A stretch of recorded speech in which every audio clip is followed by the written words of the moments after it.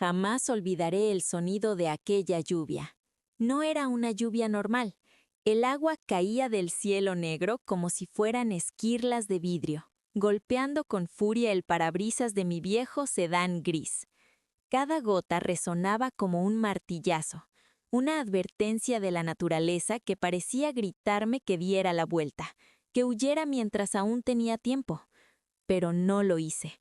Mis manos se aferraban al volante con tal fuerza que los nudillos se habían vuelto blancos, casi traslúcidos.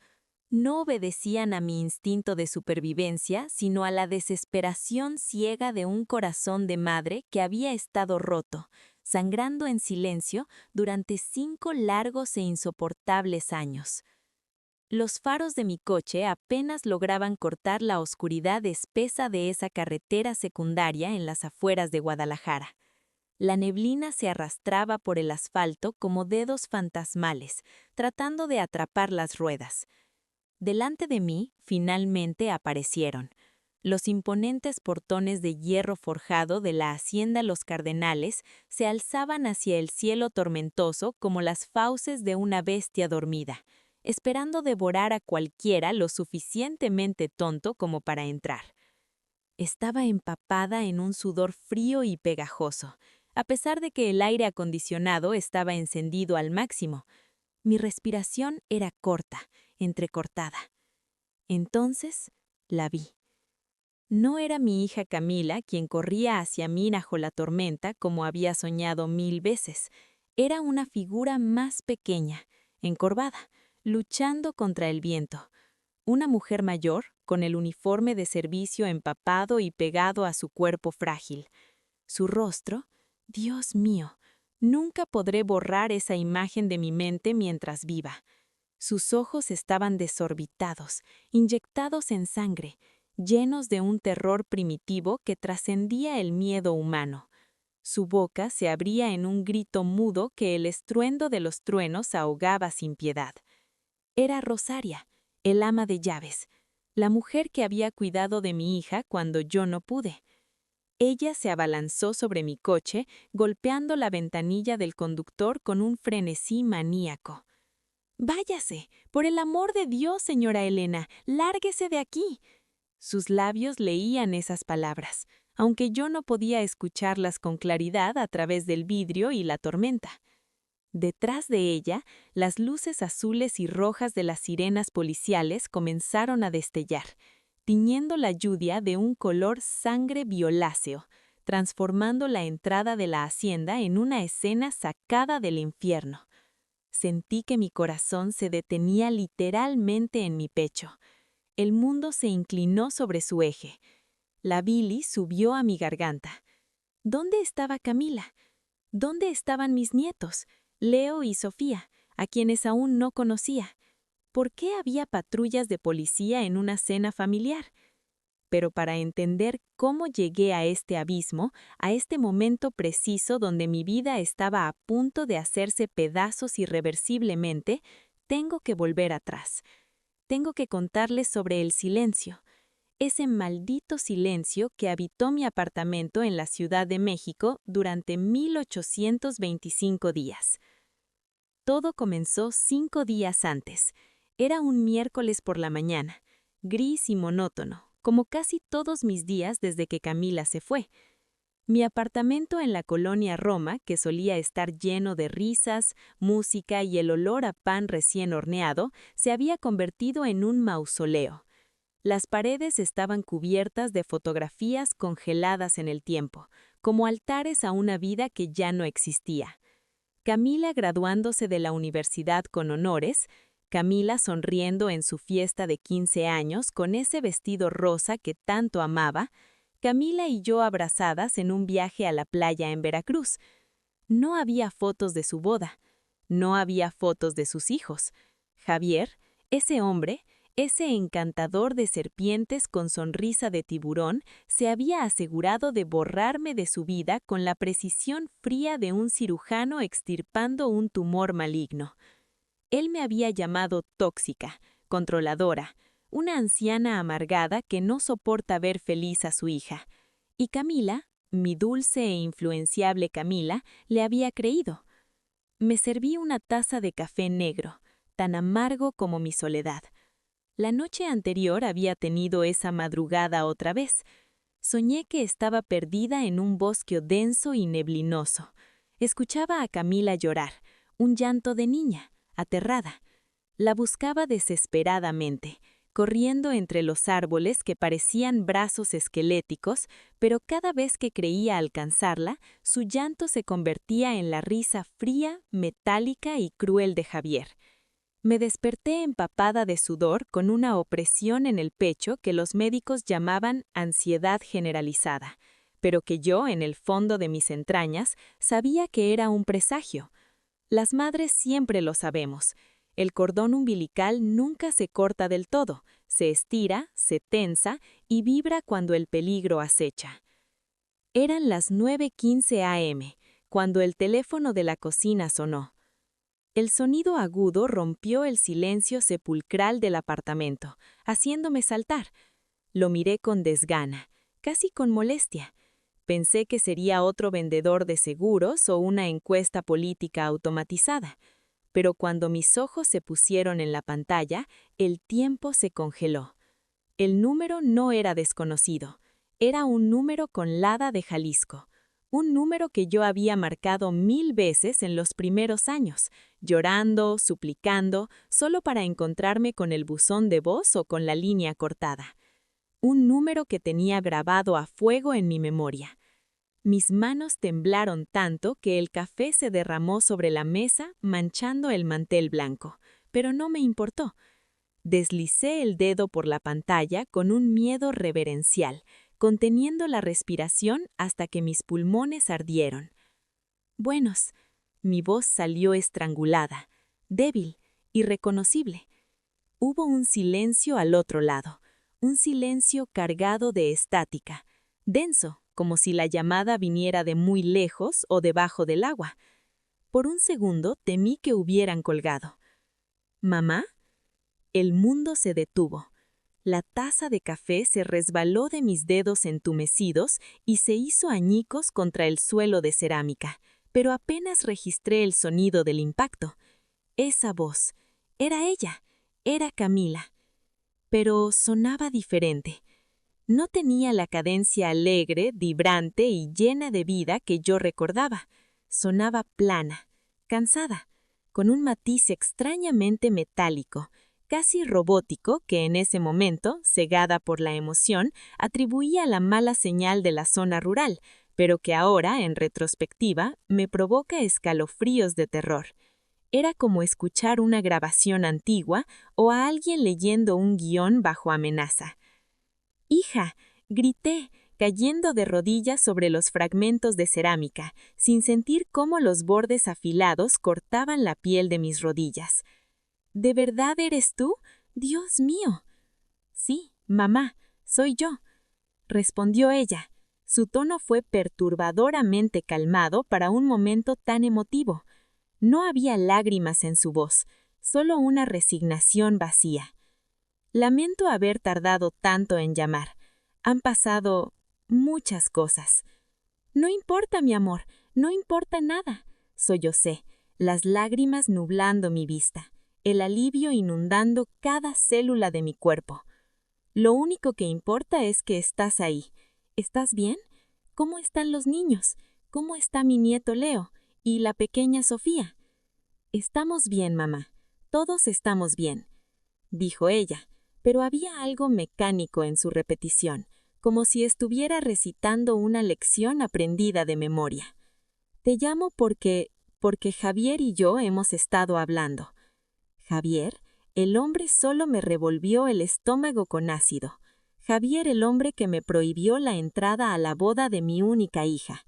Javier, quien se llevó a Camila con promesas de una vida de lujo lejos de la decadencia y la inseguridad de la capital. ¿Javier?, pregunté, secándome las lágrimas con el dorso de la mano ensangrentada. ¿Él sabe que me estás llamando? Fue idea suya, y ahí, por un microsegundo, sentí una punzada de duda, una aguja de sospecha pinchando mi cerebro. ¿Javier queriendo reconciliarse? ¿El hombre que me odiaba con cada fibra de su ser? pero la necesidad desesperada de ver a mi hija, de abrazarla una vez más, era más fuerte que cualquier lógica o sospecha. Creemos que ya ha pasado suficiente tiempo. Queremos que vengas a la hacienda. Queremos que conozcas a Leo y a Sofía. Vamos a dar una cena especial este sábado. ¿Una cena?, repetí, atunada. Sí, solo la familia. Por favor, mamá, te necesito. Esa última frase fue lo que selló mi destino. Te necesito. No lo dijo con amor, lo dijo con una urgencia subyacente que en ese instante interpreté como cariño, pero que ahora sé que era un grito de auxilio codificado, o tal vez algo mucho peor, una trampa. Iré, dije sin dudar, mi voz firme por primera vez. Por supuesto. Antes de las luces estroboscópicas de la policía, antes del grito desgarrador de Rosaria bajo la lluvia, hubo un viaje. Un viaje que, en mi mente ingenua, estaba pavimentado con baldosas de oro y esperanza, pero que en la realidad era un descenso lento, tortuoso y solitario hacia el infierno. Salí de la Ciudad de México con el sol en la espalda, acariciando mi nuca a través del cristal. Eran las 7 de la mañana y el tráfico de la capital aún no se había convertido en ese monstruo de 1000 cabezas que todos conocemos y tememos. Mi sedán gris, un modelo viejo pero fiable, iba cargado con tesoros, una caja grande de Legos envuelta en papel azul brillante para Leo y una muñeca de porcelana antigua, delicada y frágil para Sofía. En el asiento trasero, mi maleta guardaba vestidos que probablemente nunca llegaría a usar. Me sentía ligera. Por primera vez en 5 años no sentía esa ancla de plomo en el pecho que me dificultaba respirar cada mañana al despertar. Iba a ver a Camila, iba a ver a mis nietos. Repetía esos nombres en mi cabeza como un mantra sagrado, un escudo contra los malos presagios. Leo, Sofía, Camila. Leo, Sofía, Camila.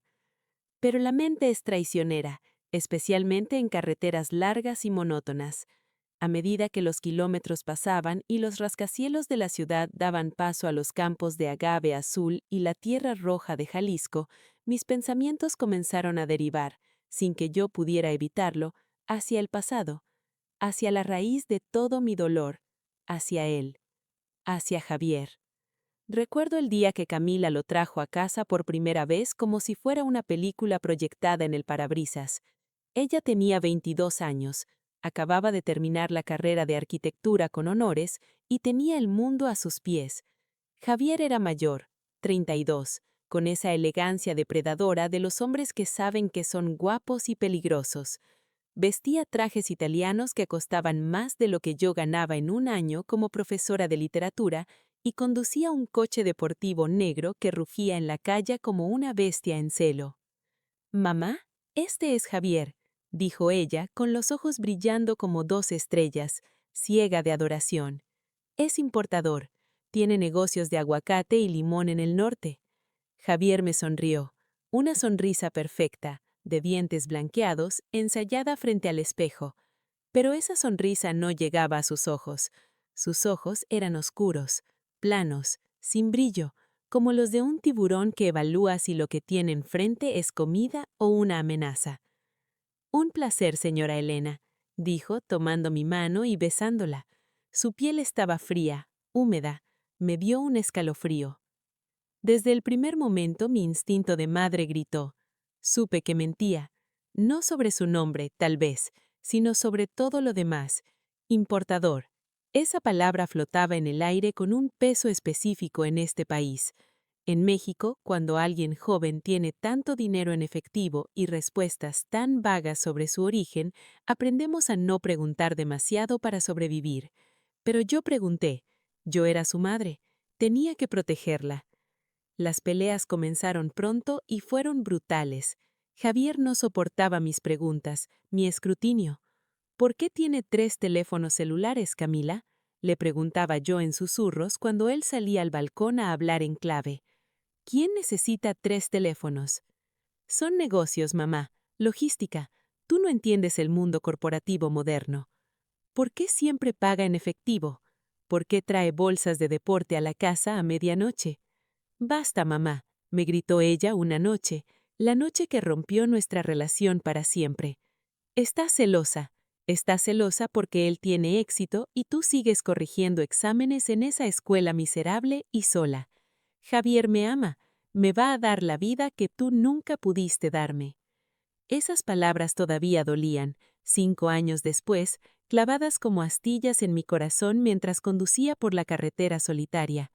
Sabía que no era Camila quien hablaba esa noche, sino la influencia venenosa de Javier hablando a través de sus labios. Él la había aislado, la había moldeado, la había convencido de que yo, su propia madre, era el enemigo. Y ahora, milagrosamente, él quería la reconciliación. Él había sugerido la cena. Apreté el volante hasta que mis manos dolieron. ¿Por qué ahora? Esa pregunta debió haber sido mi señal de alerta, mi bandera roja ondeando en la tormenta que se avecinaba. Pero la ignoré, la enterré bajo capas de esperanza y negación. Quería creer que la gente cambia. Quería creer que mi hija me había perdonado. A mitad de camino me detuve en una gasolinera desolada cerca de La Piedad, en los límites de Michoacán. Era una de esas olvidadas por Dios, con una tienda de conveniencia con los cristales sucios por el polvo y un baño que olía a amoníaco y desesperación. El despachante era un hombre viejo, con la piel curtida por el sol como cuero viejo y un ojo velado por una catarata lechosa. Mientras llenaba el tanque de gasolina, se quedó mirando mi matrícula de la Ciudad de México y luego a mí, una mujer sola, vestida con ropa cara, en un coche decente en medio de la nada. «Va lejos, patrona», dijo, no como una pregunta, sino como una afirmación. Su voz sonaba a grava arrastrada por el río. «Voy a visitar a mi familia, cerca de Tequila, en una hacienda», respondí, intentando ser amable pero manteniendo la distancia. El viejo escupió en el suelo seco, peligrosamente cerca de mis zapatos limpios. «Esa zona no es buena para pasear, señora. La tierra ahí tiene hambre». Sentí un escalofrío recorrer mi espalda a pesar del calor sofocante del mediodía. El aire se sentía pesado, cargado de electricidad estática. «Mi yerno tiene una propiedad ahí. Es seguro, tienen seguridad privada», dije, más para convencerme a mí misma que a él. El hombre soltó una risa seca, sin humor, que sonó como hojas muertas rompiéndose. «Hacienda», murmuró, sacando la manguera del tanque con un movimiento brusco. «Sí, hay muchas haciendas nuevas por allá, grandes, bonitas, construidas sobre huesos. Tenga cuidado, patrona. A veces los que nos invitan a cenar son los que nos quieren comer». Le pagué rápidamente, dejándole el cambio sin esperar el recibo, y salí de ahí con el corazón acelerado. Sus palabras, «la tierra tiene hambre», resonaban en mi cabeza al compás del motor, una letanía macabra. Fue entonces cuando el clima cambió, como si el viejo hubiera invocado una maldición antigua. El cielo azul brillante comenzó a ser devorado por nubes de un gris metálico y amoratado que venían del oeste, avanzando rápido como un ejército invasor. El viento se levantó, arrancando polvo de los campos secos y lanzándolo contra el coche con violencia. La luz del día se volvió extraña, amarillenta, enfermiza. Encendí la radio, buscando música para calmar mis nervios destrozados, pero la señal era errática. Entre canciones de banda y reggaetón a todo volumen, se colaban fragmentos de noticias locales, distorsionadas por la estática. Otro cuerpo encontrado en una fosa clandestina en el municipio de Zapopan. La Fiscalía advierte sobre el aumento de secuestros express en carreteras estatales. Se busca a Javier el ingeniero, vinculado con el cártel de Sinaloa por lavado de dinero. Cambié la estación bruscamente, casi arrancando el botón. Mis manos temblaban incontrolablemente. ¿Javier? Era un nombre común. Había miles de Javieres en México. Mi yerno no era un criminal buscado. Era un importador, un hombre de negocios, un imbécil arrogante y controlador, sí, pero no un monstruo, ¿verdad? No podía ser él. Camila me lo habría dicho. De repente, un claxon ensordecedor me sacó de mis pensamientos, haciéndome dar un volantazo. Una camioneta negra, enorme, Una Ford Lobo con los vidrios polarizados y sin placas se pegó a mi parachoques trasero. Estaba tan cerca que no podía ver sus faros por el espejo retrovisor, solo la grilla cromada que parecía una boca gigante de metal. Mi pulso se disparó a 120. Aceleré, intentando poner distancia, pero la camioneta aceleró conmigo, manteniéndose pegada como una segunda piel. ¿Qué quieres?, grité al aire vacío del coche, el pánico cerrando la garganta. «Pásame, hay espacio, pásame». Pero no me pasaban. Se mantuvieron ahí, acechando, jugando con su presa. Podía sentir la malevolencia irradiando de ese vehículo oscuro. No era prisa, era intimidación. Durante 3 kilómetros interminables, fuimos una procesión fúnebre de 2 coches a 140 kilómetros por hora bajo un cielo que amenazaba con caérsele. Entonces, tan repentinamente como había aparecido, la camioneta dio un volantazo agresivo, me rebasó invadiendo el carril contrario y desapareció en la distancia a una velocidad suicida, levantando una nube de polvo. Pude ver por una fracción de segundo una calcomanía en su vidrio trasero, un escorpión dorado. Tuve que orillarme en el acotamiento para respirar. Mi corazón latía tan fuerte que temía que me fuera a dar un infarto ahí mismo, sola en la carretera, a lejos de todo. «Tranquila, Elena», me dije, obligándome a inhalar y a exhalar, contando hasta 10. «Es solo la carretera, es México, estas cosas pasan. Ya casi llegas, no dejes que el miedo gane».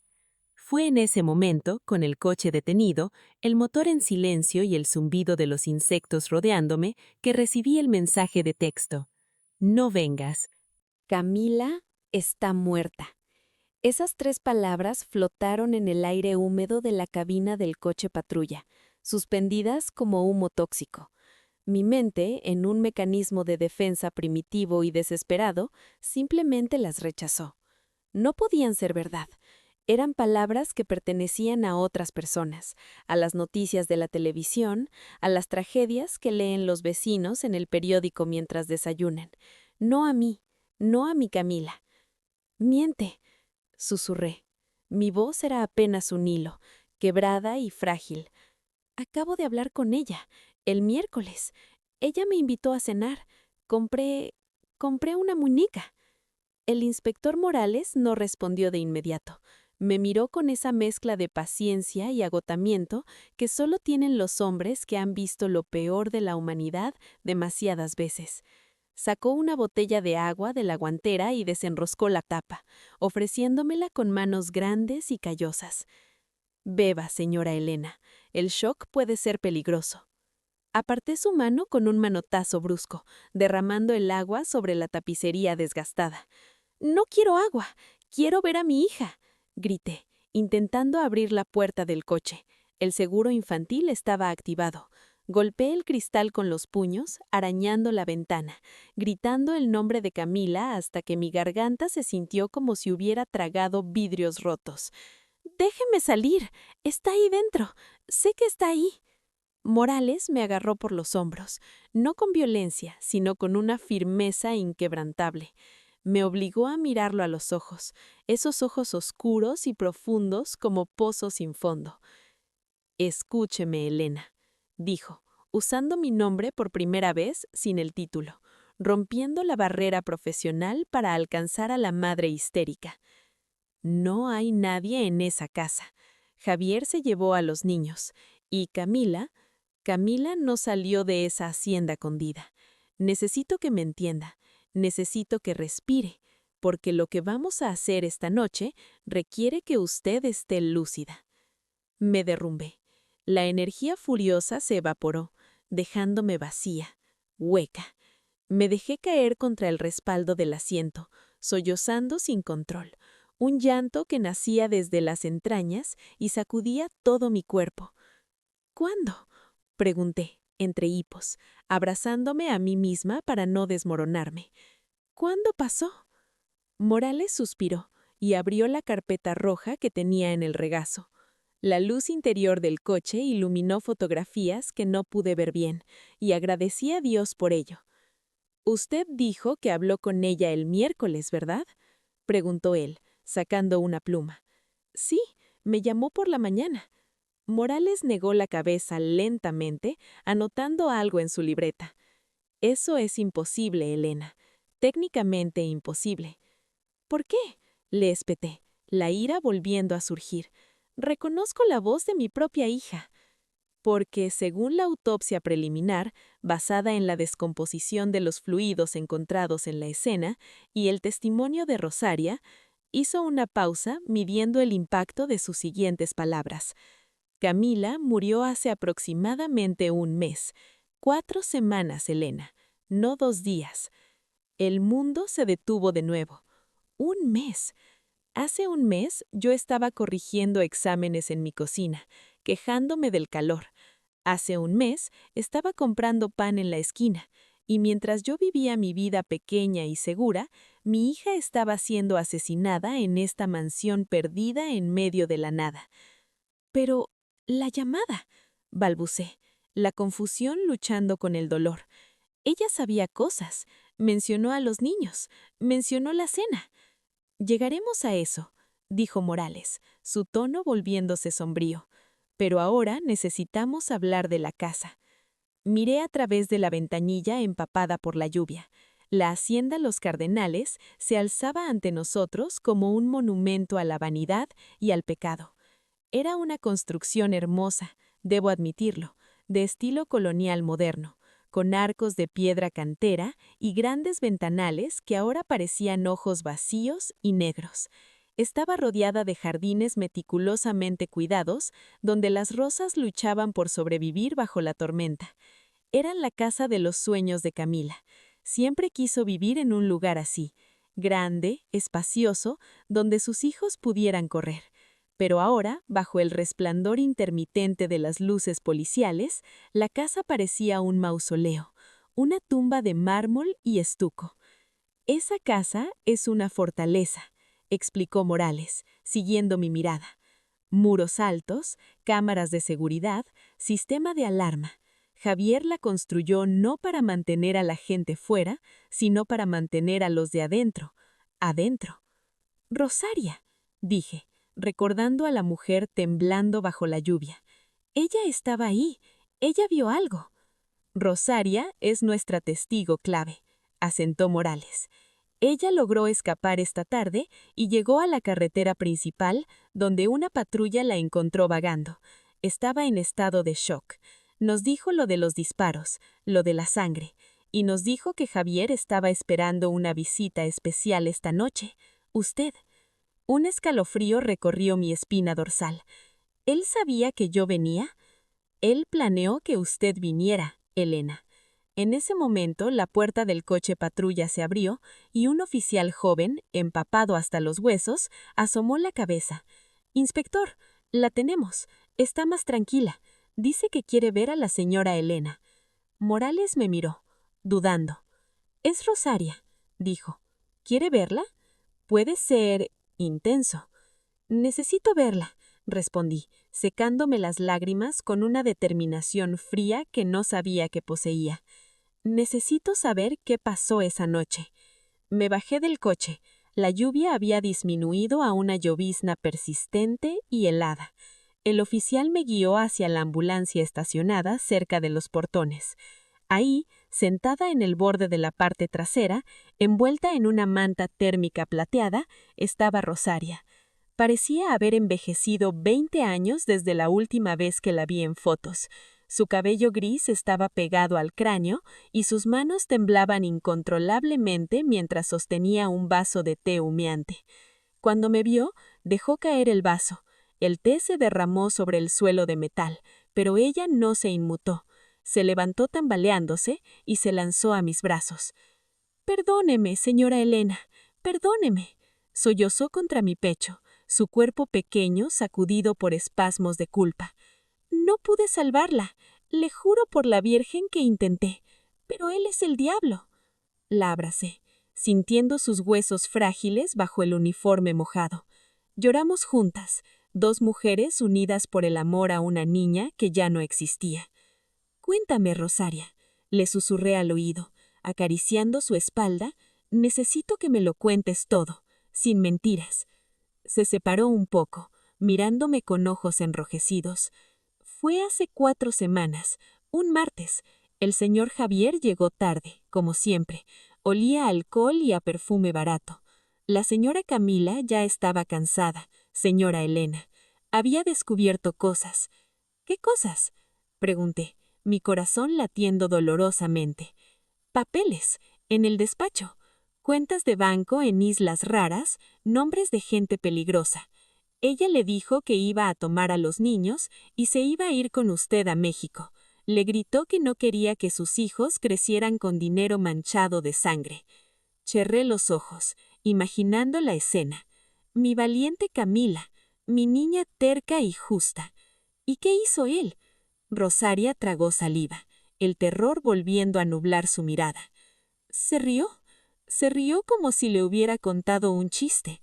Dijo: «Tú no vas a ningún lado, mi reina. Tú eres mía hasta que yo diga lo contrario». Luego la golpeó. Apreté los dientes hasta que me dolió la mandíbula. Escuché el golpe desde la cocina. Fue seco, horrible. Corrí al salón, pero la puerta estaba cerrada con llave. Escuché a la señora Camila gritar su nombre, señora Elena. Gritó: «¡Mamá!». Esa palabra fue como una puñalada directo al corazón. Me doblé por la mitad.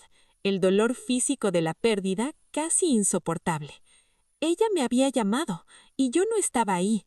Yo estaba durmiendo en mi cama, soñando estupideces, mientras mi hija estaba siendo asesinada en esta mansión perdida en medio de la nada. Pero la llamada, balbucé, la confusión luchando con el dolor. Ella sabía cosas, mencionó a los niños, mencionó la cena. «Llegaremos a eso», dijo Morales, su tono volviéndose sombrío. «Pero ahora necesitamos hablar de la casa». Miré a través de la ventanilla empapada por la lluvia. La hacienda Los Cardenales se alzaba ante nosotros como un monumento a la vanidad y al pecado. Era una construcción hermosa, debo admitirlo, de estilo colonial moderno, con arcos de piedra cantera y grandes ventanales que ahora parecían ojos vacíos y negros. Estaba rodeada de jardines meticulosamente cuidados, donde las rosas luchaban por sobrevivir bajo la tormenta. Eran la casa de los sueños de Camila. Siempre quiso vivir en un lugar así, grande, espacioso, donde sus hijos pudieran correr. Pero ahora, bajo el resplandor intermitente de las luces policiales, la casa parecía... El inspector Morales me condujo hacia una furgoneta blindada negra, estacionada discretamente detrás de un grupo de encinos centenarios, lejos de la vista de la entrada principal de la hacienda. Por fuera parecía un vehículo de transporte de valores cualquiera, pero por dentro era un centro de comando móvil, zumbando con el sonido de computadoras, radios y la tensión palpable de hombres que saben que están a punto de entrar en combate. El aire dentro estaba viciado, una mezcla de café rancio, ozono de los equipos electrónicos y sudor masculino. Me sentaron en una silla giratoria frente a una pared de monitores. En las pantallas vi imágenes térmicas de la hacienda, siluetas fantasmales moviéndose en el jardín, puntos de calor que representaban a los agentes ocultos en la maleza. «Tome esto», dijo una agente joven con el pelo recogido en una coleta tensa, entregándome una taza de té caliente. Sus manos eran firmes, profesionales. Acepté el té, pero no bebí. Mis ojos estaban fijos en la pantalla principal, donde una foto de Javier sonreía con esa arrogancia que yo conocía también. Debajo de su foto había palabras en rojo que hicieron que mi estómago se cerrara en un puño. Objetivo de alto valor, armado y peligroso. «Señora Elena», comenzó Morales, sentándose frente a mí y entrelazando los dedos. «Antes de que decida entrar ahí, necesita saber exactamente con quién se va a sentar a cenar. Necesita entender que el hombre que se casó con su hija no existe, nunca existió».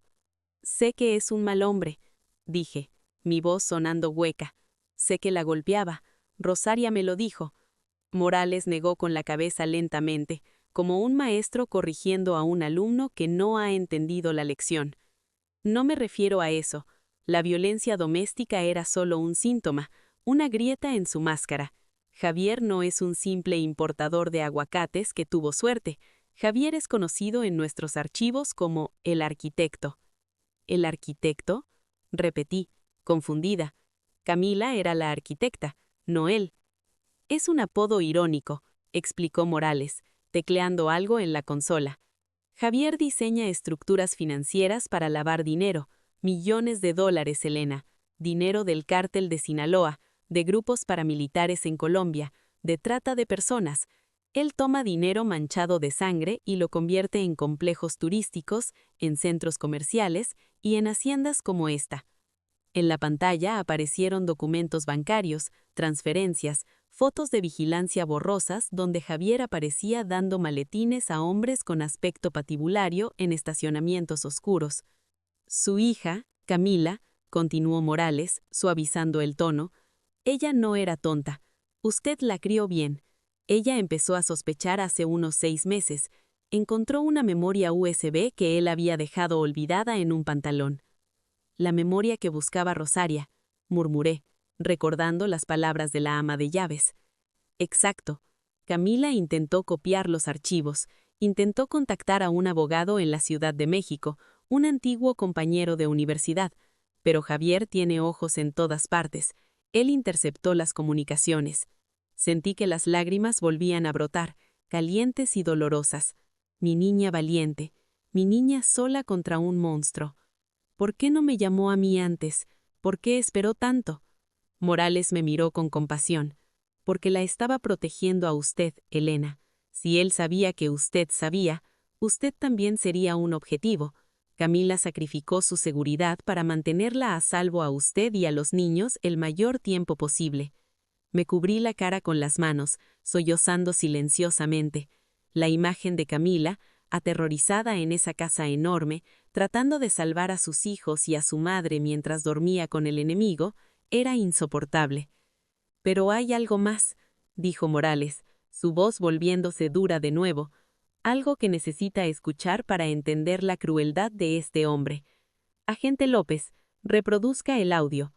La agente de la coleta tecleó un comando. Los altavoces de la furgoneta crepitaron. Y entonces escuché la voz. Mamá, soy yo. Lamento haber tardado tanto en llamar. Era la llamada del miércoles, la llamada que me había traído aquí. Escucharla de nuevo, sabiendo que Camila ya estaba muerta, fue como recibir una descarga eléctrica.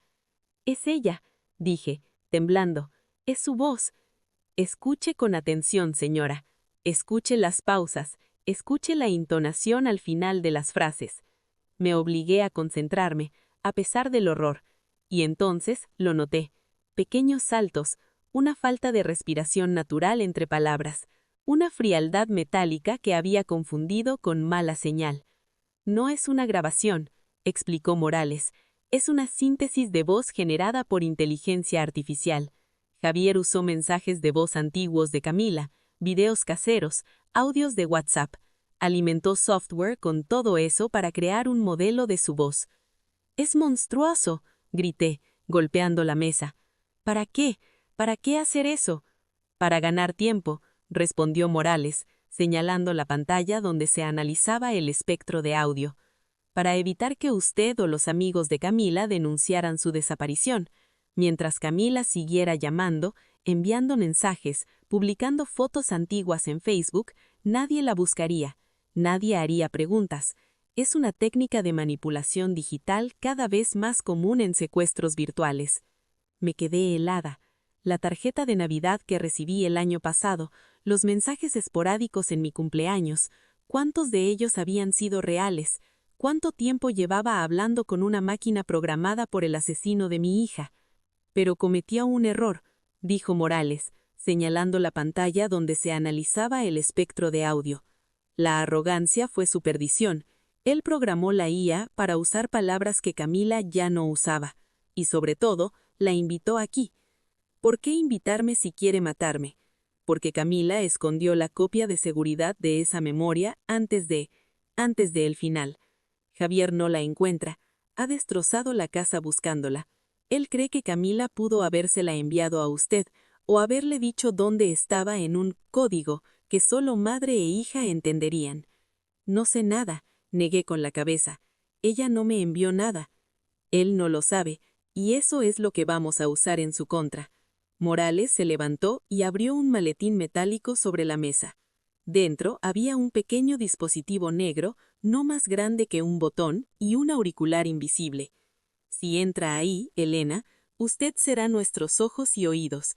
Este micrófono tiene un alcance de 500 metros. Estaremos escuchando cada respiración. Si sospecha, si vemos que saca un arma, entraremos. Pero esos segundos serán eternos. Miré el micrófono. Parecía un insecto negro y letal. ¿Qué tengo que hacer? Tiene que actuar. Tiene que ser la madre que perdona, la abuela ansiosa. Tiene que hacerle creer que no sabe nada. Y tiene que conseguir que hable. Necesitamos que admita, aunque sea indirectamente, que Camila no está. O mejor aún, que nos diga dónde está el cuerpo. Sin cuerpo, el juicio será un infierno. Me levanté. Mis piernas temblaban, pero mi corazón estaba firme como una roca. Me quité la chaqueta mojada. Pónganmelo, dije. La agente López se acercó. Con manos frías y eficientes, pegó el micrófono en el interior de mi sostén, asegurándolo con cinta médica. Colocó el transmisor en la parte baja de mi espalda, pegado a la columna, y pasó el cable fino bajo mi blusa de seda. «¿Si me abraza, lo notará?», pregunté, sintiendo el frío del metal contra mi piel. Es tecnología de grado militar, muy plana. A menos que la toque directamente ahí, no debería notarlo. Evite que le toque la espalda baja. Si le ofrece un abrazo, inclínese hacia adelante, mantenga distancia. Entendido. Morales me entregó el auricular diminuto, me lo puse en el oído derecho y desapareció en el canal auditivo. ¿Me escucha, Elena? Su voz sonó dentro de mi cabeza, clara y nítida. Te escucho. Bien, tenemos una palabra de seguridad. Si siente que su vida corre peligro inminente y no podemos verlo, diga, olvidé el regalo de Sofía en el coche. Esa frase activará a todo el equipo. Romperemos puertas y ventanas. Entraremos con todo. Olvidé el regalo de Sofía en el coche. Repetí. Y Elena, Morales me tomó por los hombros una última vez. Javier es un psicópata narcisista. Disfruta del control. Le va a hacer preguntas hirientes. Va a intentar desestabilizarla emocionalmente para ver si miente. No reaccione con ira. Reaccione con dolor. El dolor es lo que él espera ver. La ira lo alertará. Asentí. El dolor no sería difícil de fingir. El dolor era todo lo que tenía ahora. Estoy lista. Salí de la furgoneta. La lluvia había amainado un poco, pero el viento seguía aullando entre los árboles, sacudiendo las ramas como abrazos esqueléticos que intentaban advertirme. Caminé de regreso a la entrada principal, donde Rosaria me esperaba junto a la puerta de servicio, temblando bajo un paraguas roto. Los agentes encubiertos, vestidos con trajes de camuflaje negro, se fundían con las sombras del jardín, invisibles. Mi teléfono vibró de nuevo. Otro mensaje de Javier. Ya llegué. Te estoy esperando en el salón con un buen vino. No tardes, suegra. Guardé el teléfono. Toqué el relicario de Camila en el portafolio, sintiendo sus bordes afilados. Voy por ti, hija, pensé, y esta vez no voy a fallar. Respiré. El aire dentro de la hacienda Los Cardenales estaba estancado, artificialmente frío. Era un contraste brutal con la humedad sofocante de la tormenta exterior. En cuanto crucé el umbral y la pesada puerta de madera se cerró a mis espaldas con un clic definitivo, sentí que había entrado en una bóveda sellada al vacío. El vestíbulo era impresionante, tengo que admitirlo. Techos de doble altura, una lámpara de araña de cristal que debía costar más que mi apartamento entero, y suelos de mármol italiano tan pulidos que reflejaban mi silueta distorsionada como un espectro. Pero no había calor de hogar aquí. No había juguetes tirados en el suelo, ni abrigos colgados en el perchero, ni ese olor a comida casera que siempre impregnaba la casa de Camila cuando vivía en la ciudad. Aquí olía a otra cosa. Inhalé discretamente. Debajo del aroma caro a sándalo y cuero nuevo, había un olor químico persistente, lejía, y algo más dulce, como flores podridas en un jarrón olvidado. Era el olor de la limpieza obsesiva tratando de borrar pecados imborrables. «Permítame su abrigo, señora», dijo Rosaria, apareciendo a mi lado como una sombra. Su voz era un susurro tembloroso.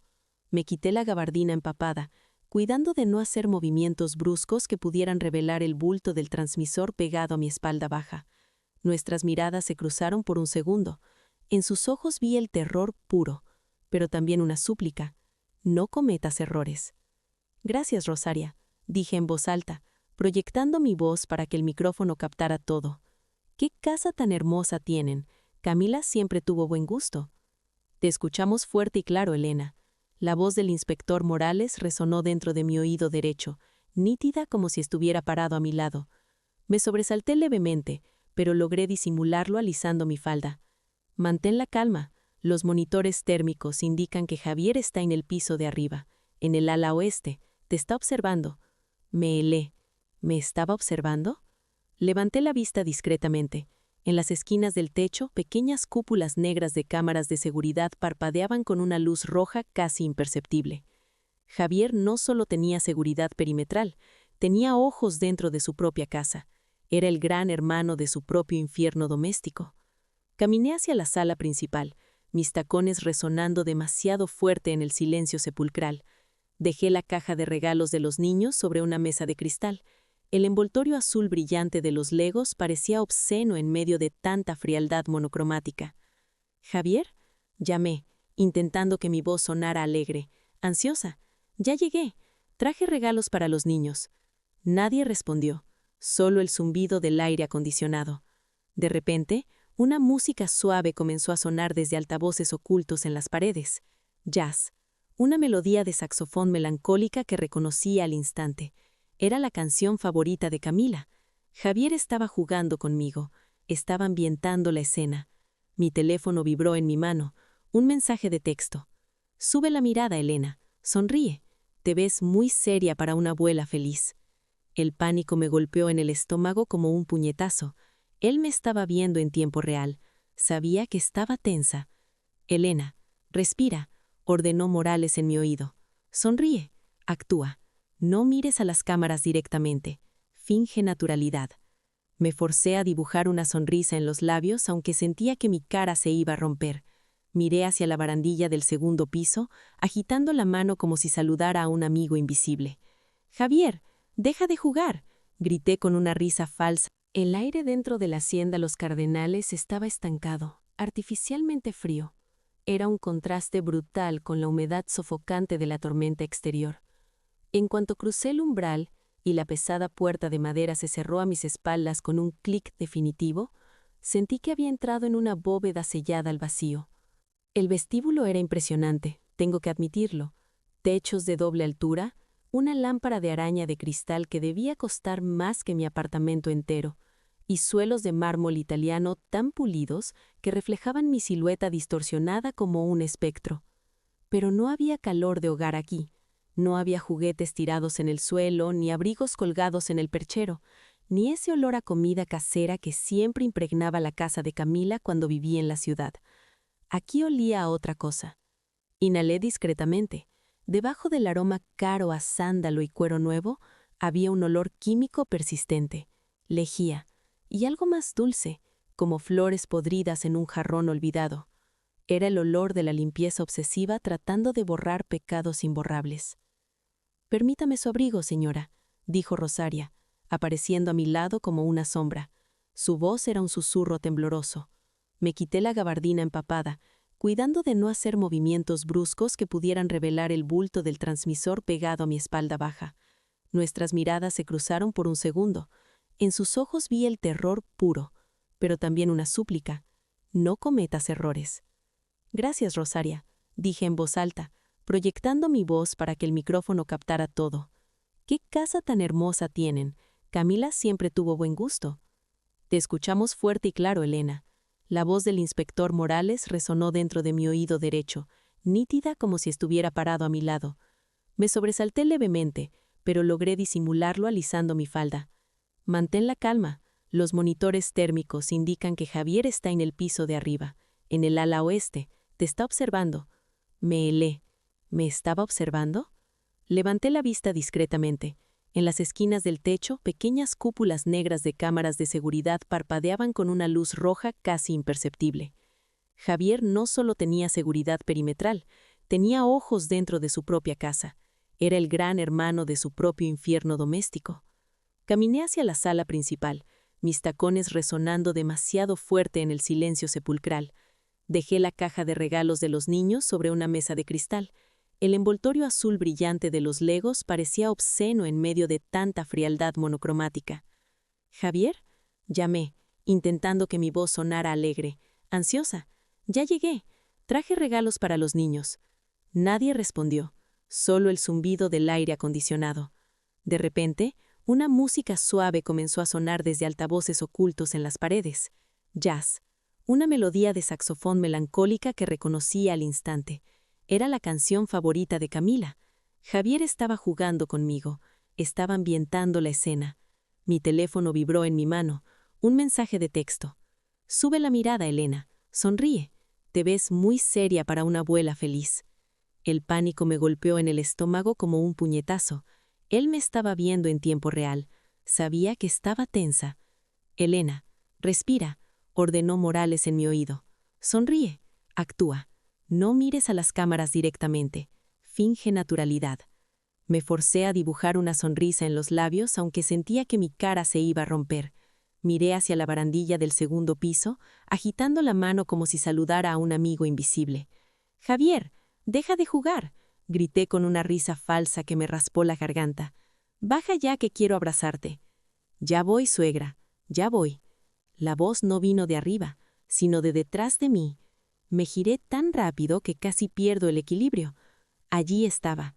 Javier estaba de pie en el arco que conectaba la sala con el dormitorio. No había bajado por la escalera principal. Había usado alguna entrada de servicio o un pasillo oculto para sorprenderme. Llevaba un traje azul marino impecable, sin corbata, con la camisa blanca desabotonada en el cuello, revelando una piel bronceada y suave. Era guapo, dolorosamente guapo, pero había algo en su postura, una rigidez en los hombros que delataba una tensión contenida. En su mano derecha sostenía 2 copas de vino tinto, en la izquierda, nada. «Elena», dijo abriendo los brazos con una sonrisa que mostraba demasiados dientes. «Bienvenida a los Cardenales». «Javier», avancé hacia él, mis piernas moviéndose por fuerza de voluntad. «Mírate, estás muy bien». «Han sido tiempos difíciles», respondió él, acercándose. Su voz era suave, casi hipnótica. «Pero tenerte aquí lo hace todo mejor». Llegó el momento que más temía, el abrazo. Si me abrazaba fuerte, si su mano bajaba a mi espalda, sentiría el transmisor, sentiría los cables, y yo moriría antes de que Morales pudiera decir, «Entren». «Cuidado con la espalda, Elena», advirtió Morales en mi oído. Javier se inclinó hacia mí. El olor de su colonia mezclado con el aroma ferroso del vino me revolvió el estómago. Me adelanté, bloqueando su abrazo completo con mis brazos extendidos, agarrando sus antebrazos en un gesto que parecía de emoción maternal, pero que en realidad creaba una barrera física entre nuestros cuerpos. «Déjame verte», exclamé, manteniéndolo a distancia. «Estás más delgado, muchacho. ¿Camila no te está dando de comer bien?» ¿Funcionó? Javier se detuvo, sorprendido por mi efusividad, y no intentó cerrar el abrazo. Se rió suavemente, una risa seca. «Ya sabes cómo es Cami con las dietas». Mentira, la primera mentira de la noche. Camila odiaba cocinar y odiaba las dietas. Amaba los tacos y el pozole. «Toma», dijo, ofreciéndome una de las copas. «Es un Cabernet Sauvignon reserva especial. Lo abrí para celebrar». Acepté la copa. El líquido oscuro se agitó peligrosamente cerca del borde. «¿Y para qué celebrar?», pregunté mirándolo a los ojos. Sus pupilas estaban dilatadas. «¿Drogas? ¿Adrenalina?» «La familia», respondió él, chocando su copa con la mía. El sonido del cristal fue agudo, como una campanada. «La reunificación y nuevos comienzos». Bebió un sorbo largo, sin dejar de mirarme. Yo apenas me mojé los labios. El vino tenía un retagusto amargo, metálico. «¿Dónde están?», pregunté, dejando la copa en una mesa cercana. «Quiero verlos. Quiero ver a Camila y a los niños». La sonrisa de Javier vaciló por una fracción de segundo. Un tic nervioso saltó en su mejilla izquierda. «¿Camila?», empezó a decir, girándose para caminar hacia el centro. El brindis con Javier dejó un sabor metálico en mi boca, más allá del regusto del vino. Era el sabor del miedo destilado. Apenas había dejado la copa sobre el mantel de lino cuando el silencio tenso del comedor fue interrumpido por el zumbido vibrante de un teléfono celular. No era el mío, tampoco el que Javier tenía sobre la mesa. El sonido provenía del bolsillo interior de su saco. Javier frunció el ceño, una grieta de molestia en su máscara de anfitrión perfecto. Sacó un teléfono negro, pequeño, de esos modelos desechables que usan los criminales en las películas, y aparentemente mi yerno en la vida real. Miró la pantalla y su expresión se endureció. Sus ojos, que segundos antes fingían calidez, se volvieron dos pozos de hielo negro. «Disculpa, Elena», dijo poniéndose de pie bruscamente. Su silla rasgó el suelo de madera con un sonido agudo que me hizo estremecer. «Tengo que atender esto. Es un asunto de logística internacional que no puede esperar». «No te preocupes», respondí, aferrándome al tallo de mi copa para que no vieran el temblor de mis manos. «El trabajo es lo primero». Javier caminó hacia la puerta del pasillo, pero se detuvo en el umbral. Se giró lentamente, clavando su mirada en mí como una chincheta en un mapa. «No te muevas de aquí, suegra», advirtió. Su tono era suave, pero la amenaza era explícita. «La casa es grande y laberíntica. No quiero que te pierdas o que te lastimes. Los sistemas de seguridad son delicados. Aquí te espero, Javier. No tengo a dónde ir». Él asintió, satisfecho, y desapareció por el pasillo. Escuché sus pasos alejarse, rápidos y furiosos, seguidos por el sonido de una puerta cerrándose de golpe en su despacho. «Ahora, Elena», la voz del inspector Morales estalló en mi oído, urgente y autoritaria. Salió del comedor. «Las cámaras del pasillo este tienen un punto ciego si te pegas a la pared izquierda. Tienes 3 minutos, tal vez 4. Muévete». 3 minutos, 180 segundos para encontrar una verdad que llevaba 5 años escondida. Me levanté de la silla como si tuviera resortes. Mis piernas, que segundos antes parecían de gelatina, ahora respondían con una fuerza nacida de la desesperación. Me quité los zapatos de tacón para no hacer ruido. Sentí el frío del mármol penetrar a través de mis medias, subiendo por mis tobillos como manos de muertos agarrándome. Salí del comedor pegada a la pared, tal como Morales me había indicado. Mi corazón latía tan fuerte que temía que el micrófono en mi pecho captara los golpes como tambores de guerra. «Gira a la izquierda», guió Morales, «hacia la escalera de servicio. Es por donde subió Rosaria». Subí los escalones de madera de 2 en 2, ignorando el dolor en mis rodillas.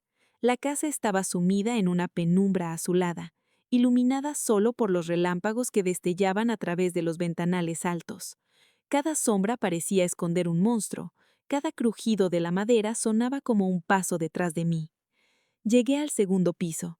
El pasillo se extendía ante mí, largo y vacío, flanqueado por puertas cerradas. «¿Dónde están los niños?», susurré al micrófono. Según los planos que recuperamos del servidor de Javier, la habitación de los niños es la tercera a la derecha. Pero Elena, Morales dudó un segundo. Los sensores térmicos no detectan calor corporal ahí dentro. Ignoré la advertencia. Tenía que verlo con mis propios ojos. Llegué a la puerta.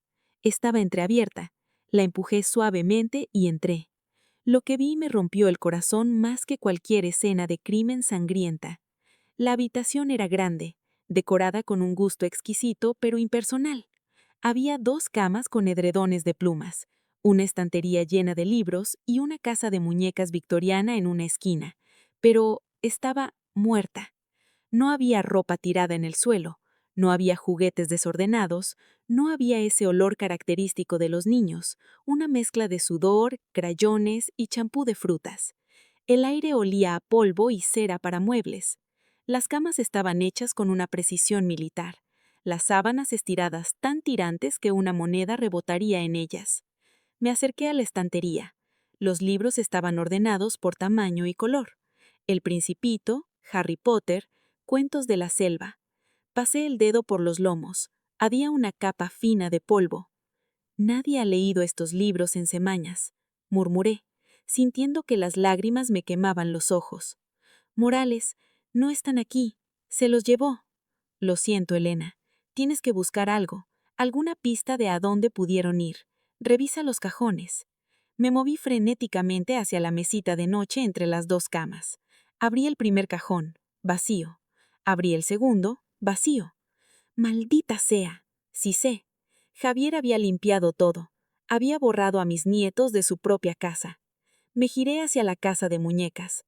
Era una réplica exacta de la hacienda Los Cardenales, un detalle macabro que me dio náuseas. Me agaché para mirar adentro de las pequeñas habitaciones de juguete, y ahí, en el pequeño salón de la casa de muñecas, vi algo que no encajaba. Un papel doblado, metido a fuerza debajo del sofá miniatura. Lo saqué con dedos temblorosos. Era una hoja arrancada de un cuaderno escolar, de cuadrícula chica. La letra era apresurada, garabateada con pluma azul, manchada en algunos puntos como si hubiera caído agua o lágrimas. Reconocí la caligrafía al instante. Era la de Camila. Acerqué el papel a la luz de un relámpago para leer. Mamá, si encuentras esto significa que fallé. Significa que no pude sacarlos a tiempo. Javier no es quien dice ser. Lo descubrí todo. Los negocios con el Mayo, el lavado de dinero en las construcciones de la costa. Encontré sus libros de contabilidad reales. Me amenazó mamá. Me puso una pistola en la cabeza frente a Leo y me dijo que si intentaba irme, te mataría a ti primero. Escondí la memoria USB en el lugar donde fuimos felices, donde el agua no toca el suelo. Si algo me pasa, búscala. Es la única forma de meterlo a la cárcel y salvar a los niños. Te amo, mamá. Perdóname por alejarme. Solo quería protegerte de su obscuridad. Tu hija, Cami. Me llevé la mano a la boca para ahogar un sollozo. Mi niña, mi pobre niña valiente, había vivido en el infierno para protegerme. ¿Qué encontraste, Elena?, preguntó Morales, su voz tensa. Una carta, susurré, guardando el papel en el sostén junto al micrófono, sintiendo el crujido del papel contra mi piel como un latido extra. Ella sabía que iba a morir. Escondió las pruebas. ¿Dónde? ¿Dónde está la memoria? Dice donde fuimos felices, donde el agua no toca el suelo. No sé qué significa. Tengo que pensar. De repente, escuché un ruido detrás de mí. Un suspiro. Me giré voltantemente lista para luchar por mi vida. En la puerta, medio oculta por las sombras del pasillo, estaba Rosaria. Su rostro estaba bañado en lágrimas. Tenía las manos juntas como si estuviera rezando. «Señora Elena», gimió, «tiene que salir de aquí. Él va a subir. Escuché que terminó la llamada. Está furioso. Gritaba sobre un envío perdido». «Rosaria», me acerqué a ella y la agarré por los hombros. «¿Dónde están los niños? ¿Qué les hizo?»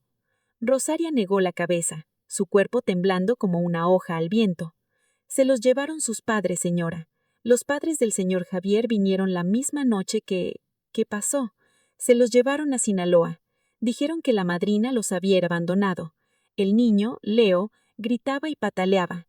Gritaba que su papá era malo». Sentí una punzada de alivio mezclada con horror. Estaban vivos, lejos, con gente desconocida, pero vivos. «¿Y Camila?», pregunté, obligándola a mirarme. «Necesito saber qué pasó esa noche. La verdad, Rosaria.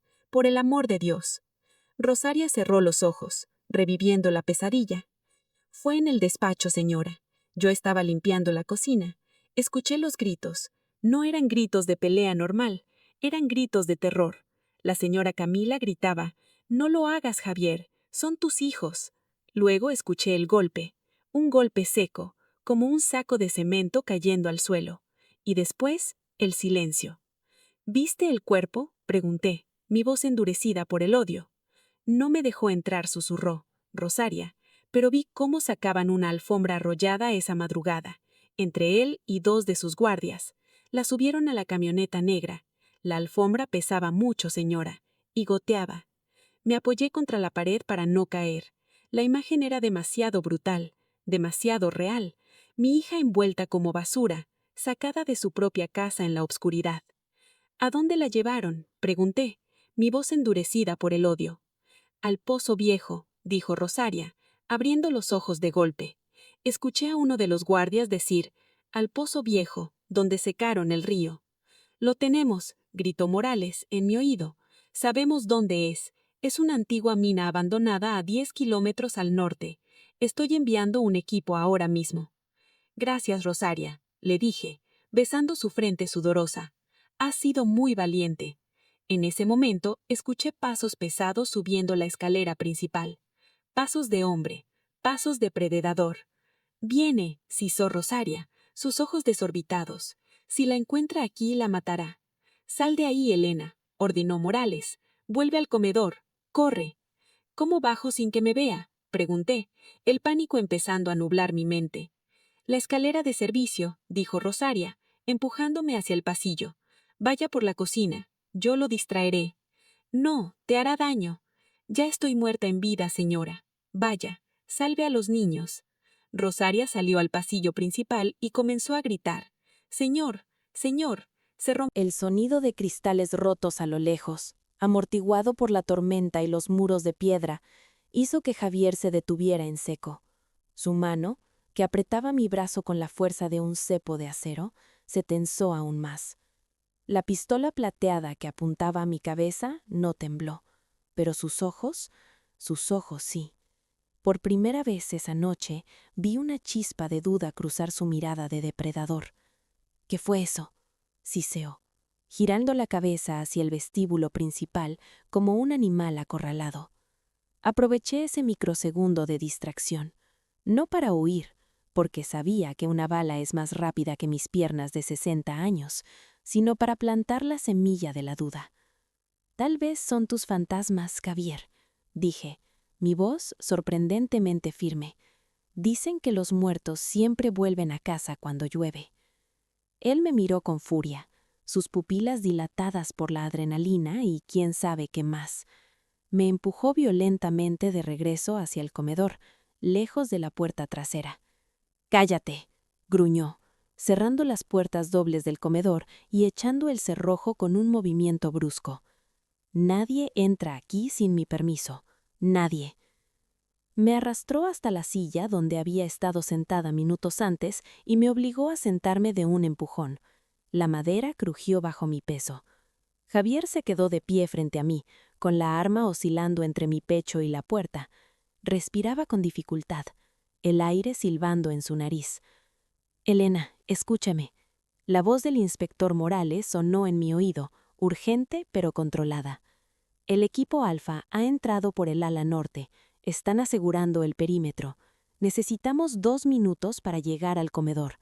Manténlo hablando. No dejes que salga de esa habitación». 2 minutos. 120 segundos. En el tiempo de un asesino, eso es una eternidad. Javier caminó de un lado a otro, pasándose la mano libre por el cabello engominado, desordenándolo. Parecía estar debatiendo consigo mismo. Finalmente, se detuvo frente a mí y soltó una carcajada histérica que me heló la sangre. «¿Sabes qué, Elena?», dijo, sirviéndose vino directamente de la botella, derramando gotas rojas sobre el mantel blanco inmaculado. «Tienes razón, tal vez son fantasmas. Esta casa está llena de ellos, pero los fantasmas no rompen ventanas». Se inclinó sobre la mesa, apoyando la pistola sobre el lino, apuntando directamente a mi corazón. «Tú los trajiste, ¿verdad?», preguntó, su voz bajando a un susurro peligroso. «A la policía, a tus amigos». «Yo vine sola, Javier», mentí, mirándolo a los ojos con toda la sinceridad que pude reunir. «Solo quería ver a mi hija. Tú me invitaste. ¿Recuerdas?». Javier bebió un trago largo, el vino manchando sus labios de púrpura. Parecía un vampiro saciado. «Sí, te invité. Quería darte una oportunidad, Elena. Quería que fueras parte de la familia de nuevo. Pero tú siempre fuiste demasiado inteligente para tu propio bien, igual que Camila». «Está a punto de confesar, Elena. Presiónalo. Usa el nombre de ella», instruyó Morales. «¿Igual que Camila?», repetí suavemente. «¿Ella también era demasiado inteligente? ¿Por eso le hiciste daño?». Javier golpeó la mesa con el puño, haciendo saltar los cubiertos de plata. «Yo no quería hacerle daño», gritó, su rostro contorsionándose en una mueca de dolor que parecía casi genuina. «Yo la amaba, le di todo, esta casa, los viajes, las joyas, todo era para ella, pero nunca fue suficiente. Siempre me miraba con esos ojos de juicio, como tú me estás mirando ahora. Ella no te juzgaba, Javier, ella te tenía miedo».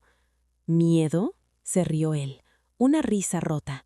Debería haberme tenido respeto, pero no, ella quería irse, quería llevarse a mis hijos, quería llevarse mi dinero.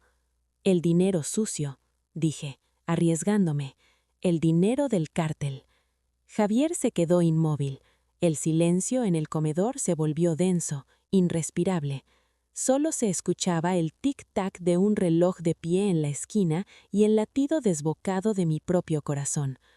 «Así que lo sabes», dijo, finalmente, con una calma aterradora. «Camila te lo contó, esa maldita memoria USB». «No me contó nada», respondí, manteniendo la mirada. «Pero una madre sabe cosas.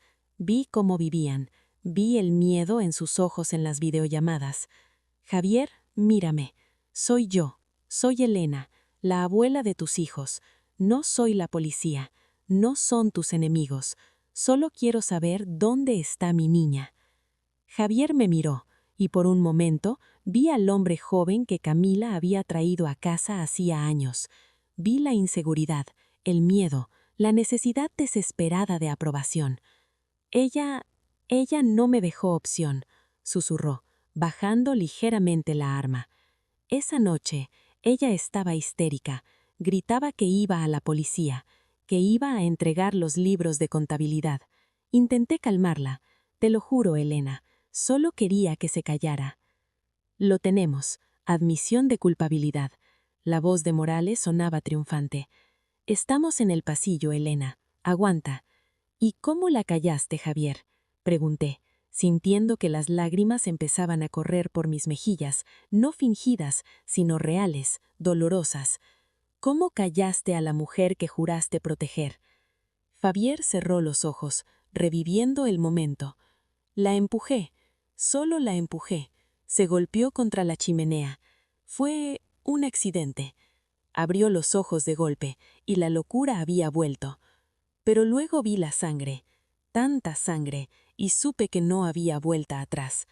Tuve que limpiar, tuve que proteger a la familia».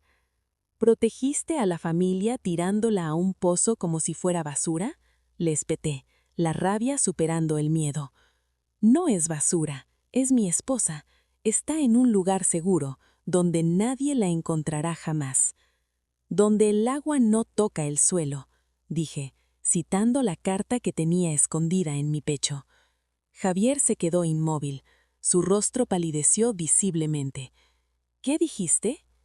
«Eso fue lo que ella escribió, Javier, en la carta que me dejó». Javier se acercó a mí lentamente, rodeando la mesa. La pistola volvió a levantarse, apuntando a mi frente. «¿Carta? ¿Qué carta?». Su voz era un silbido. «Revisé cada centímetro de esta casa, quemé sus diarios, no había ninguna carta». «Las madres y las hijas tenemos nuestros secretos», dije, desafiándolo. «Ella sabía que tú eras un monstruo y se aseguró de que yo lo supiera también». Javier llegó a mi lado, me agarró del cabello, tirando mi cabeza hacia atrás, obligándome a mirarlo desde abajo. El dolor fue agudo, pero no grité. «¿Dónde está esa carta?», exigió. «Dámela». «No la tengo aquí», mentí, aunque podía sentir el papel crujiendo contra mi piel. «Está en un lugar seguro, con mi abogado. Si no salgo de aquí en una hora, él la enviará a la Fiscalía General». Javier dudó. Su paranoia, alimentada por años de crimen y cocaína, comenzó a trabajar a toda marcha. Me soltó el cabello y retrocedió un paso, apuntándome con la arma mientras pensaba. «Mientes», dijo, pero no sonaba convencido. «Siempre fuiste una mala actriz, Elena. Pruébame, mátame, Y mañana tu cara estará en todos los noticieros del mundo junto con tus cuentas en las Islas Caimán. En ese momento, Javier bajó la mirada hacia mi pecho, no por deseo, sino porque algo le llamó la atención. Mi blusa de seda mojada por la lluvia y el sudor se había vuelto translúcida, y ahí, justo en el escote, se marcaba el contorno cuadrado de la batería del micrófono y el pequeño bulto del papel doblado. Su expresión cambió. Del miedo pasó a la comprensión, y de la comprensión a una furia asesina absoluta. «¿Qué es eso?», preguntó, señalando mi pecho con el cañón de la arma. No respondí. No podía respirar. Javier se abalanzó sobre mí. Con una mano me arrancó el cuello de la blusa, rasgando la tela cara. Los botones saltaron por el aire, repiqueteando en el suelo como balas.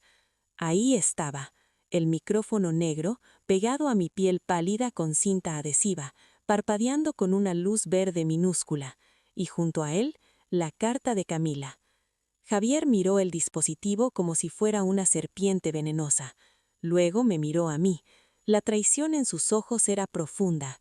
En el instante en que los ojos de Javier se posaron sobre el micrófono adherido a mi pecho, el tiempo se estiró y se rompió. El aire en el comedor se solidificó, convirtiéndose en un bloque de hielo que me impedía respirar.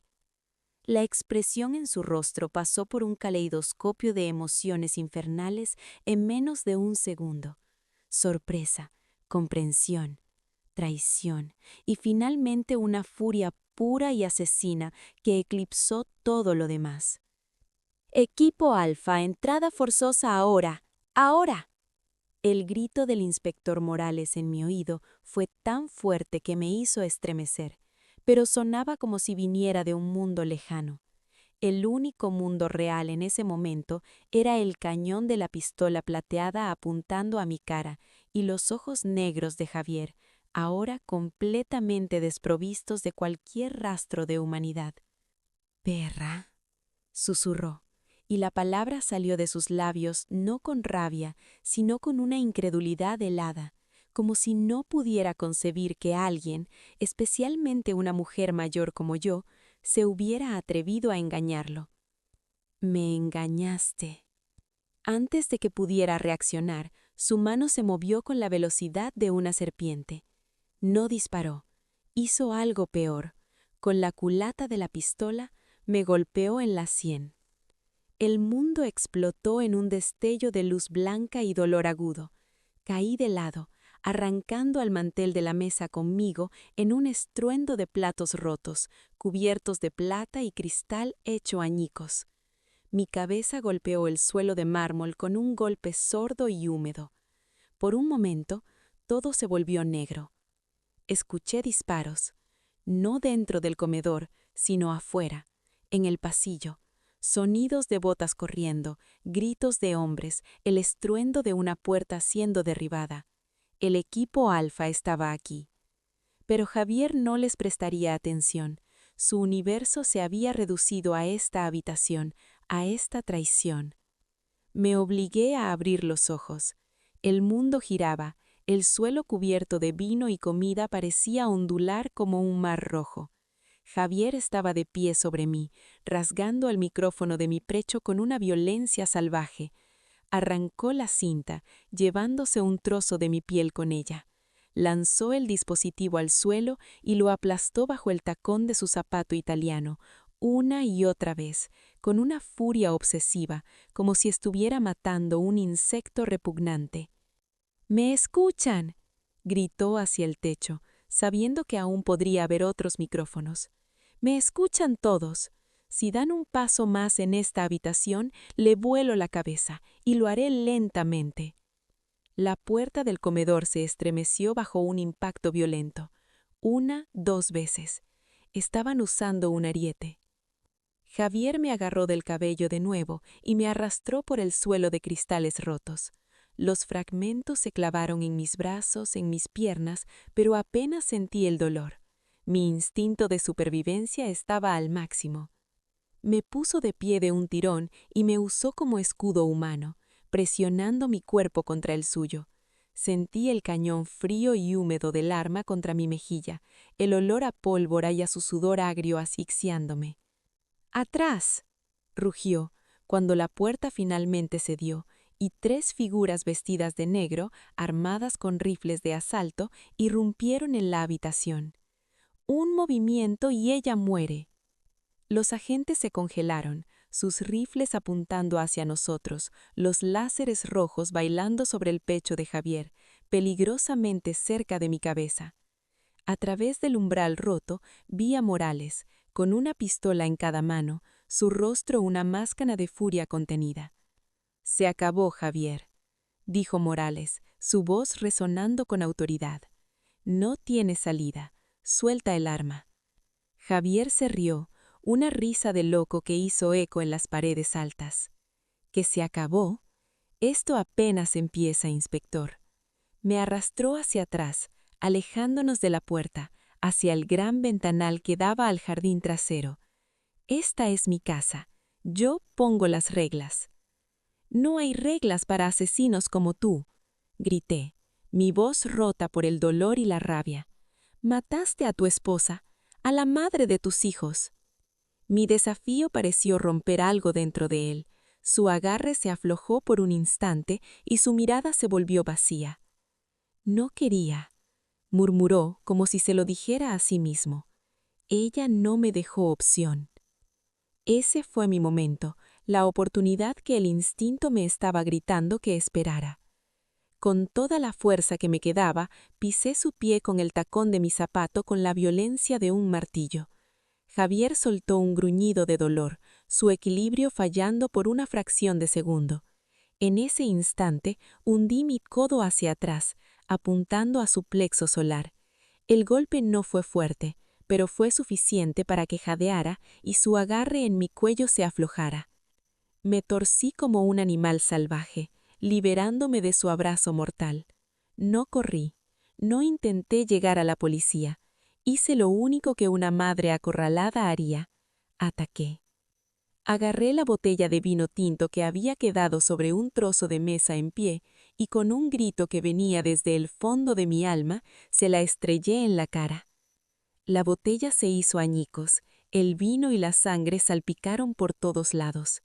Javier gritó, un chillido agudo de dolor y sorpresa, llevándose las manos a la cara mientras los fragmentos de vidrio se le clavaban en la piel. La pistola cayó al suelo con un estruendo metálico. «¡Ahora!», gritó Morales. Los agentes del equipo Alfa se abalanzaron sobre él como una manada de lobos. Lo derribaron al suelo en medio de la vajilla rota. Javier luchó, pateó, mordió, pero eran muchos. En segundos lo inmovilizaron, esposando sus manos a la espalda con una brutalidad eficiente. Yo me quedé allí de pie, temblando, con el cuello roto de la botella todavía en mi mano, goteando vino y sangre. Mi sangre, su sangre, la de Camila. Todo se mezclaba en el suelo de mármol. Morales corrió hacia mí. «¿Estás bien, Elena? ¿Te hirió?». Negué con la cabeza, incapaz de hablar. La adrenalina comenzó a desvanecerse y el dolor de los cortes y el golpe en mi cabeza comenzó a pulsar con una intensidad nauseabunda. El mundo comenzó a oscurecer en los bordes. «¡Paramédicos! ¡Aquí!», gritó Morales. Pero antes de que pudiera desmayarme, vi algo que me heló el suelo más que la pistola de Javier.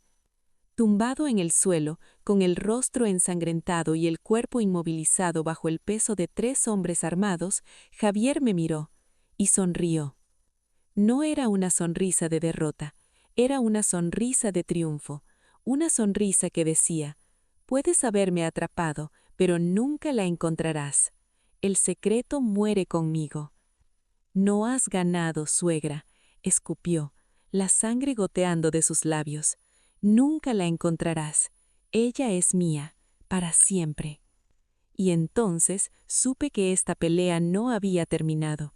Arrestarlo no era suficiente. Necesitaba encontrar a Camila. Necesitaba traerla a casa. 2 paramédicos me sentaron en una silla que no estaba rota y comenzaron a limpiar mis heridas. Uno de ellos me puso una linterna en los ojos, murmurando algo sobre una posible conmoción cerebral. Ignoré sus voces. Mis ojos estaban fijos en Javier mientras lo levantaban del suelo. Su traje de diseñador estaba rasgado y manchado, pero su arrogancia seguía intacta. Mientras lo sacaban del comedor, se detuvo por un segundo y miró directamente hacia mí. «El pozo», dijo lo suficientemente alto para que solo yo lo escuchara. «El agua no toca el suelo porque el pozo está seco, Elena. Seco como tus lágrimas, pero está lleno de otras cosas, lleno de mis errores, y los errores deben permanecer enterrados». Lo sacaron del comedor y sus risas resonaron por el pasillo hasta que se desvanecieron. Me quedé sola en medio del caos. El comedor, que hace horas había sido un escenario de elegancia y tensión, ahora parecía el campo de batalla después de una guerra perdida. Rosaria entró corriendo, seguida por la agente López. La anciana se arrodilló a mis pies, llorando y besando mis manos ensangrentadas. «Lo hizo, señora», sollozó. «Lo hizo por la señorita Camila». Miré mis manos. Estaban cubiertas de cortes, de vino, de la sangre de ese monstruo, pero por primera vez en 5 años no me sentía débil, no me sentía como una víctima.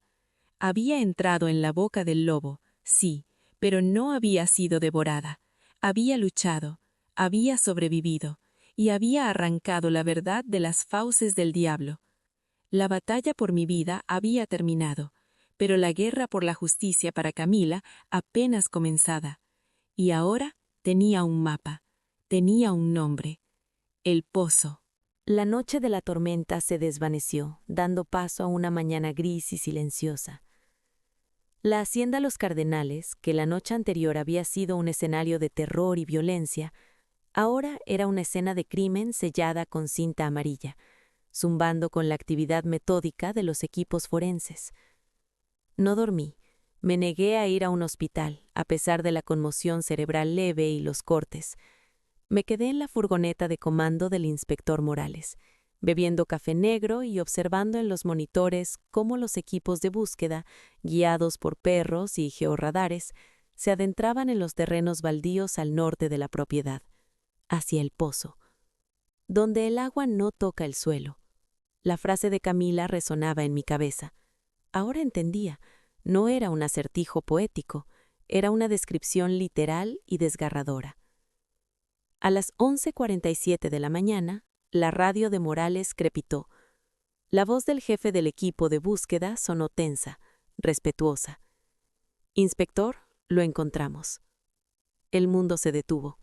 Sentí que el corazón se me encogía hasta convertirse en un punto diminuto y doloroso en mi pecho. «Voy para allá», dijo Morales, apagando el micrófono. Me miró con una compasión infinita. «Elena, no tienes que ver esto». «Tengo que hacerlo», respondí, mi voz firme como el acero. «Ella no puede estar sola. No de nuevo». Me llevó en su vehículo todoterreno. El camino era un lodazal. A 10 kilómetros de la hacienda, en medio de un campo de mezquites secos, se alzaba la estructura oxidada de un antiguo pozo de mina, abandonado hacía décadas. Los forenses, vestidos con trajes blancos, trabajaban en silencio alrededor del agujero oscuro en la tierra. No me dejaron acercarme demasiado, pero desde la distancia vi cómo izaban una bolsa negra, larga y pesada. No grité, no lloré. Me quedé allí de pie, inmóvil, mientras el alma de mi hija ascendía desde las profundidades de la tierra para finalmente encontrar la paz. Encontraron algo más con ella. Apretado en su mano, como si se hubiera aferrado a él hasta el último aliento, estaba el relicario de plata que yo le había regalado, el que Rosaria me había devuelto. Había luchado, había dejado una señal, una última prueba de amor para su madre. El juicio de Javier fue rápido y brutal. La prensa lo llamó el juicio del arquitecto del mal. Con la confesión grabada, el testimonio de Rosaria, la carta de Camila y, lo más importante, el cuerpo, la defensa no tuvo ninguna oportunidad. Me senté en primera fila cada día, vestida de negro, con el relicario de Camila colgado de mi cuello. No aparté la mirada de Javier ni un solo segundo. Quería que sintiera el peso de mis ojos, el peso del juicio de una madre cada vez que respiraba. Él nunca me miró. Pasó todo el juicio con la cabeza gacha, su arrogancia reemplazada por una cáscara vacía. Fue declarado culpable de homicidio calificado, secuestro y delincuencia organizada. Sentencia: cadena perpetua sin posibilidad de libertad condicional. Cuando el juez leyó el veredicto, no sentí alegría, no sentí alivio, solo sentí un vacío inmenso. La justicia se había hecho, pero no me devolvería a mi hija. Lo que sí me devolvió fue a mis nietos. El proceso de custodia fue complicado, pero con la ayuda de un buen abogado que el propio Morales me recomendó y el hecho de que los abuelos paternos estaban bajo investigación por complicidad, el juez me otorgó la custodia total de Leo y Sofía. El día que fui a recogerlos a un centro de servicios sociales fue el más difícil y el más hermoso de mi vida. Leo, con sus 8 años y los ojos serios de su madre, se escondió detrás de una trabajadora social. Sofía, de 6, se aferró a su hermano, mirándome con una desconfianza que me partió el alma. Me arrodillé en el suelo para estar a su altura. No intenté abrazarlos, no intenté forzar nada. Simplemente abrí mi bolso y saqué 2 cosas: la caja de Legos y la muñeca de porcelana. Su mamá me pidió que les trajera esto. Dijo que a Leo le encanta construir y que Sofía es la princesa de las muñecas. Leo levantó la vista. Sus ojos se llenaron de lágrimas. ¿Eres tú la abuela Elena?, preguntó, su voz apenas un susurro. Sí, mi amor, soy yo. Mamá me hablaba de ti. Decía que tú contabas los mejores cuentos de monstruos que no daban miedo. Me eché a llorar. Lágrimas que no había derramado en el pozo ni en el juicio. Lágrimas de amor y de dolor entrelazados. Sofía, valiente, dio un paso adelante. ¿Es verdad que sabes hacer hot cakes con chispas de chocolate? Extendí mis brazos.